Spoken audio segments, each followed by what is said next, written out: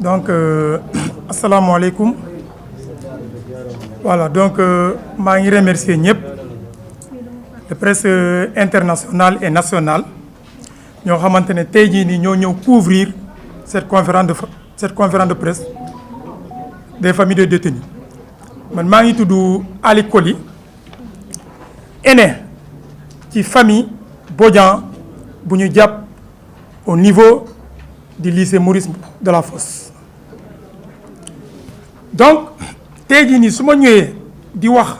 à travers ma famille, il faut comprendre que ci cadre bobu ma ngi waxale kep ku nek dafa am solo mais j'aimerais aussi ma wax fee parce que tey jii ni suma ñëwé di wax dans le général nit ñi diñu comprendre naka la démé parce que sama famille bi depuis le 16 septembre la gendarmerie mo def descente au niveau de la maison ñu ñëw ñu né dañuy fekk fofu ci jardin bi ay cocktail Molotov man jour bobu ma wacc tardivement ma ngi yexi aux environs de 20 heures ma tassé ak vigile bi mu ne ma ah gendarmerie def na fi descente japp na sa famille bi yépp mané ko ban gendarmerie mu ne ma recherche yeguma kër ga mané ah man damay dem fofu ñu ne ma nobul dem parce que worul mën nañ la jappalé mané ko non c'est hors question parce que té mënu ñu japp sama famille bi man ma tok si la dépp dem ba gendarmerie ma dugg ma demandé monté woon foofu mu ne ma non fii benn famille ñëw fii ma ne leen man dañu ma ne recherche mu ne ma ko recherche da ngay dem ba ci biir ma dem ba ci biir ma fekk foofu ku monté ma ne ko ah est-ce que amul benn famille bu ñu indi fii mu ne ma non moo ma ne est-ce que yóbbuwuñu leen comment dirais Faidherbe gendarmerie mu nekk ville Faidherbe si la génn ma woo sama benn xarit ma ne ko il faut nga woote fële Faidherbe pour savoir que est-ce que sama famille bi nekkul foofu effectivement si la woote woo ma mu ne ma famille bi ñu ne ñu ngi foofu faisait 22 heures ma ne ko d'accord man maa ngi ñibbi ñu bëri ñu ne ma bon falaan kër ga c'est pas sûr ils vont revenir ma ne leen man Ali Koli du ma daw du ma dem fenn lu ñu reproché sama famille bi ñun xamuñu si dara te ci presse bi lañ ko déggee jour bobu 5 personnes yi ñoo xamantene fofu lañ leen fekk ci kër gi lañu yóbbu mun naa leen lim kenn ku nekk ak turam su ma jëlee tey sama jabar sama soxna te ñoo xamantene Aramata Jiiba la tudd Aramata Jiiba dañ ko jëppale le jour bobu 16 septembre moom ak sama ñaari doom yi Cheikh Atabou Koli moment boobu mu ngi amoon 2 ans ak Awa Koli moment boobu 7 mois la amoon ñooñu leen yóbbu woon Colobane astafurlah fële Faidherbe ak Moussa Titi Bodian sama rak la Oumar Diédhiou sama rak la Khady Diémé sama rak la et Ada Fatou Seck suñu caat la donc Ada Fatou Seck jigéen yi ñoom ñu ngi camp pénal tey jii nii jëmi lu mu wax c'est vrai ñoo nekkoon foofu aujourd'hui 3 yi ñoom ñu ngi rëbës donc pour vous dire que affaire bi naka la demee comme ça ñëpp ñoo xamante ne ñu ngi may seetaan ak ñu ngi may déglu fii aussi au Sénégal ak monde entier bi fan lañ mun a dégg histoire boobu koo xamante ne tey jii nii ñun dañu ne benn nit la ñuy seet son seul tort c'est quoi être un coordinateur d'un parti politique kooku suñu famille bi la bokk El Hadj Ousmane Fall chaque tabaski day ñëw foofu kër ga foofu lay reyee xaram mais tabaski bii nii ñëwul ñun xamuñ fu mu nekk jabaram bi moo ñëw xar bi ñun ñoo ko rey est-ce que loolu c'est une raison pour laquelle ñu jàpp famille bi yëpp paa bi jour boobu nekku fa paa bi dafa demoon Casamance Atab Bodian moo le père de famille ak sama yaay dañoo demoon Casamance mais paa bi foofu lañ ko yaayam moo feebar paa bi foofu lañ ko ñu ne ko sa doom yi jàpp nañ leen malgré feebar yaayam paa bi dafa dagg lépp mu ñëw parce que quoi sama rak bu ma woowee mu ne ma Ali dañ ma ne il faut paa bi ñëw pour ñu bàyyi leen comme ça donc le dimanche 16 17 du mois ñu ñëwaat même la journée ñu ñëwaat ce jour boobu ànd si ak sama rak bi Titi bu ñu ñëwee jour boobu man demoon fenn ñu ñooñu ne dañuy ñëw def perquisition au niveau de la maison may leen may ma woo paa bi si laa woo paa bi mu ne ma bu fekketee ci biir kër gi ci biir néeg yi nañu ubbi néeg bu nekk saak bu nekk armoire bu nekk lal bu nekk nañu tijji seet te effectivement ñëw nañu vérifier nañu gis ñu dara si la ñu dem donc paa bi bu muy quitté konko wax na ma moom mu ngi ñëw aux environs de 22h man ma woo ko ma ne ko konko guddi na man maa ngi tëdd soo ñëwee nga woo ma tijji la bunt bi paa bi mu ne ma aali moment bii bu ngi may woo mbaa ngi nii à Kaolack gendarmerie Kaolack moo ma intercepté jàpp nañ ma paa bi partant de Kaolack lañ ko jàpp indi ko Faidherbe fekk fa doom yi donc pour vous dire la situation est très grave ñëpp la touché mais man sama famille bi moo gën a impacté ci affaire bi c'est pas facile 6 personnes y compris un bébé donc pour vous dire que Cheikh Atabou Coly moom balaa ñu koy def mandat de dépôt parce que dimanche boobu man dem naa yóbbu leen ndekki ci suba si plateau bu ma demee xale bi mu ne day ñibbi bu ma gisee papa man demee ñibbi di jooy di def lu ne mais ku ma fekkoon foofu moo ma ne xale bii nii mënoo ko yóbbu xale bi di yaa ko indi fii kayit moo koy jëlee fii mais toujours yàlla lu muy def xale bi di jooy ma nax ko ba ma ne ko bàyyi ma dem jëndee la benn affaire ma ñëw si la continuer dem ñibbi ci ngoon si ma yóbbu leen añ yàlla tamit def parce que nit ñi bokkuñu ma fekk foofu keneen solul te ni xaw ma ko moom bu mu gisee xale bi peut-être yaramam bi daw si la ne mais xale bi kan mooy papam xanaa papa ji di yóbbu xale bi ma ne ko ah xale bi man maay papam mais xale bi dañu ma ne il faut kayit moo koy jëlee fii mu ne ma ah ma ne ko waaw si la ne ku toogoon foofu léegi vérifier ci registre bi est-ce que amul dara lu ñu bind foofu ci xale bi waa ji si la vérifier mu xool mu ne non moom si la wàcc dem taxaw fële mu ñëwaat mu ne ma ah jëlee sa carte nga jox ki mu enregistré nga yóbbu Cheikh Atabou donc Cheikh Atabou Coly ku am 2 ans léegi 3 ans la am balaa ñu koy def mandat de dépôt moom jox nañ ma ko mais il reste awa boo xamante ne bébé la awa war na jël vaccin depuis le 25 janvier la war a jël rendez-vous donc yóbbu naa carnet am balaa date bi jot mais ba léegi nii bu ma leen wax nii awa jox ñu jël ñu vaccin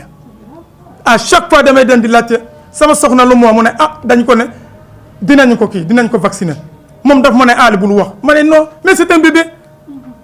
innocent xale bu ndaw xam si dara mais nañ ko vacciner donc ñooñu dañu ay délinquants c'est des étudiants su ma jëlee Ada Fatou Seck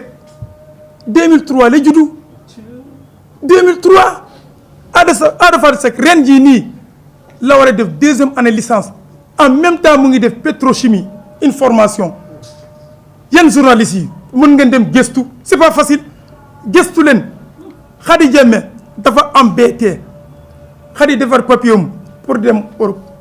poursuivre ses études semaine boobu lañ ko jàpp ñoom ñëpp ñàkk nañu Moussa Titi am même chose mu ngi def formation en transport logistique Omar Diédhiou moom tamit mu ngi def formation au niveau du lycée ñoom ñëpp ce sont pas des délinquants xool leen li situation bi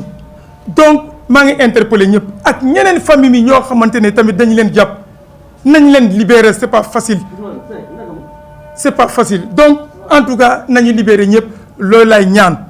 maa ngi leen di remercier kenn ku nekk ak turam bu fekkee tamit wax bi kaddu bi dëgër na nga xam ne situation bi moo tollu noonu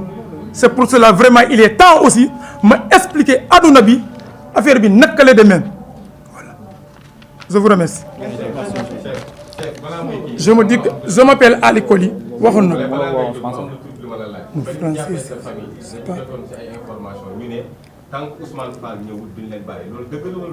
non man loolu mënuma ci addu parce que comme li ma la waxoon man jour boobu fekkewu ma man maa ngi ñëw foofu fekk leen ñu yóbbu leen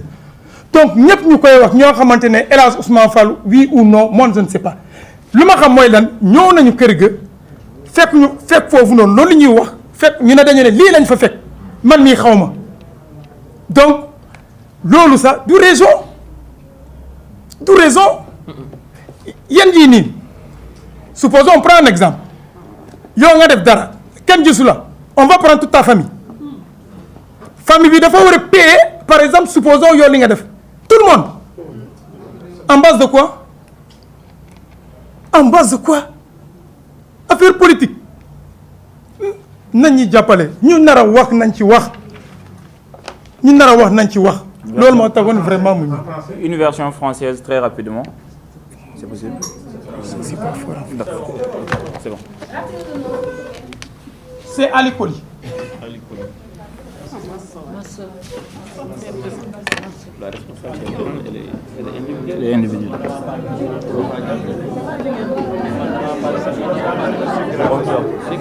Professeur.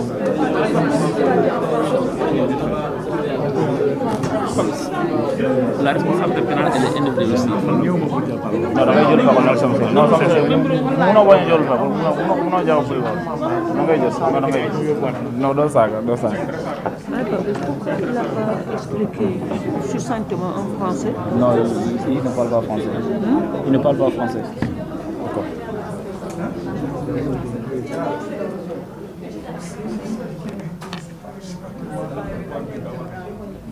D'accord, très rapidement,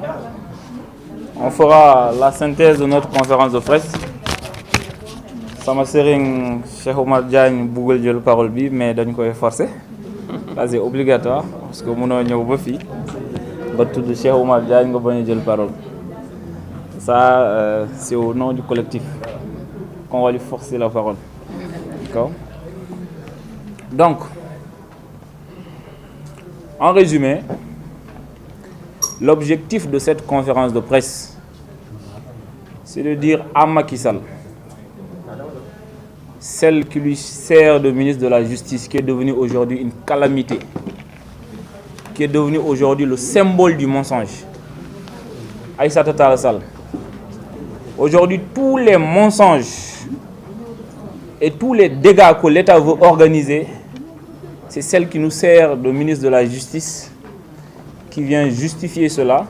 d'accord, qui vient travailler cela pour faire croire à l'opinion nationale et internationale qu'au Sénégal, on a des terroristes. Mais il n'y a pas plus terroriste que notre ministre de la Justice. Il n'y a pas plus dangereux que notre ministre de la Justice. Elle était la première à théoriser l'histoire des forces occultes. Et tout de suite après, le 4 avril qui suivait, d'accord, le général de l'armée du Sénégal a fait une sortie pour démentir, pour dire qu'au Sénégal, il n'y a pas de force occulte, que l'armée du Sénégal contrôle l'intégralité du territoire national. Donc, ils ont prouvé, ils ont dit qu'Aïssata Tall Sall, elle passe son temps à mentir. Si Wolof, on dit des faits. En français, on dit elle a menti. En Pula, on dit au féni. D'accord? Aïssata Tall Sall, celle avant qui symbolisait la femme brave, la femme courageuse, la femme qui osait. Aujourd'hui, elle n'ose que mentir. À chaque sortie, elle ment. À chaque fois qu'elle achète un nouveau tissu, elle ment. À chaque fois qu'elle a une nouvelle veste, elle ment. À chaque fois que Macky Sall voit emprisonner quelque chose ou bien quelqu'un, c'est elle qui vient organiser le mensonge. Si Macky Sall veut un ministre qui organise le mensonge, Maram Faye, plutôt Aïssata Tall Sall, pour gérer ce ministère-là. Parce que c'est un poste qui la correspond. D'accord? Parce qu'en aucun cas, nous n'accepterons qu'on traite nos parents, qu'on traite les détenus, d'accord, de terroristes. Parce qu'elle, il y a plus de 3 mois de cela, elle théorisait, elle disait qu'il n'y avait aucun détenu politique au Sénégal. Mais c'est sur quelle base, aujourd'hui, les 300 et quelques détenus ont été libérés? C'est sur quelle base? Le président de la République, lui aussi, il disait, il y a quelques mois de cela, qu'au Sénégal, on n'a aucun détenu politique. Hier, dans son allocution, il revient nous dire, pour apaiser la situation, pour aller au dialogue, d'accord, il faut libérer les détenus. Quels détenus? Il parle de quels détenus? Détenus politiques. Est-ce les terroristes? Est-ce ceux qu'il a libérés, c'est des terroristes? Est-ce les terroristes qui sont dans les prisons qu'on va libérer? Quels sont les détenus dont il parle?